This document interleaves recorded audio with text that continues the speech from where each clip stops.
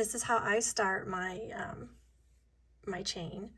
To get my tension, take your yarn, I wrap it around my pinky, behind the rest of my fingers, and then I can hold it with my thumb and my middle finger.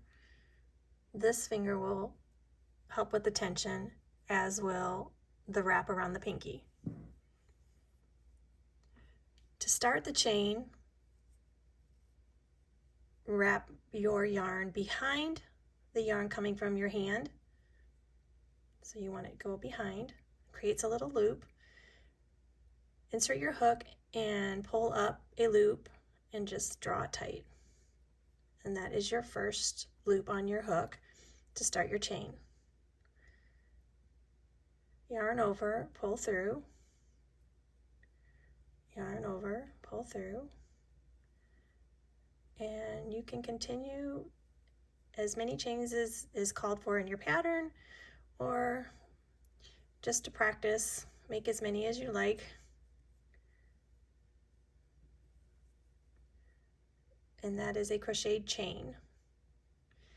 You use a chain to start a lot of your patterns.